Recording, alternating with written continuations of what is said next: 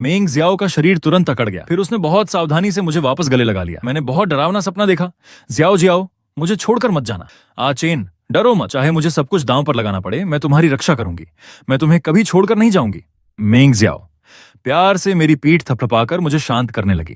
फिर उसने मेरे ऊपर ठीक से कंबल उड़ा दिया। मैंने जानबूझकर बेचारगी भरी नजर से उसकी ओर देखा। मुझे डर लग रहा है, तो कल मैं तुम्हारे लिए एक मनोवैज्ञानिक बुला देती हूँ। मैं तुरंत निरुत्तर हो गया।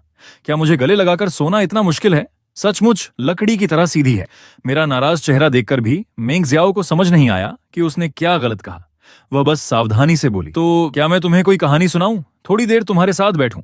इतना कहकर उसने बुक शेल्फ से एक किताब निकाली। शुरुआत में सब कुछ सामान्य था। कुछ पुराने किस्से और लोक कथाएं थीं, लेकिन पता नहीं कब से कहानी का रंग ही बदल गया। बहुत समय पहले एक सीधा साधा और दयालु विद्वान था।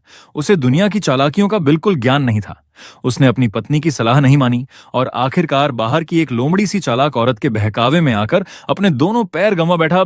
मैं पूरी तरह अवाक रह गया। ये कैसी लोक कथा थी? तभी मुझे समझ आया, मेंग जियाओ जानबूझकर ऐसा कर रही थी। वह मेरे भागने के सारे विचारों को शुरुआत में ही कुचल देना चाहती थी। वह बस मुझे यह समझाना चाहती थी, यहाँ से जाने के बारे में सोचना भी मत, कभी नहीं। अगर बात नहीं मानी तो अंजाम बुरा होगा। बस अब और नहीं सुनना, मुझे सोना है। अगर ऐसी कहानियां और सुनता रहा तो सच में मन पर बुरा असर पड़ जाएगा। मैंने कंबल खींचकर सिर ढक लिया। अगले दिन मैं बोरियत से ड्राइंग रूम में बैठा था और तरह तरह की बातें सोच रहा था कि अचानक एक आवाज सुनाई दी। भैया, आखिर मैं आपसे मिल ही गया। मैंने सिर उठाकर देखा। लू यीबाई विला के अंदर दौड़ता हुआ आया और सीधे मेरी तरफ भागा। उसे अपनी ओर आते देखकर मेरी आंखें तुरंत ठंडी पड़ गईं। आखिरकार हमारी मुलाकात हो ही गई। लू यीबाई ने आते ही मेरा हाथ पकड़ लिया और अपनी शिकायतें सुनाने लगा। मैंने पहले आपकी भागने में मदद की थी, लेकिन तीसरी मिस के लोगों ने मुझे पकड़ लिया और काल कोठरी में बंद कर दिया। मेंग जियाओ तो एक राक्षस है। उसने मुझे कैद करके रखा और जांग जांग दीदी को भी पिटवाया।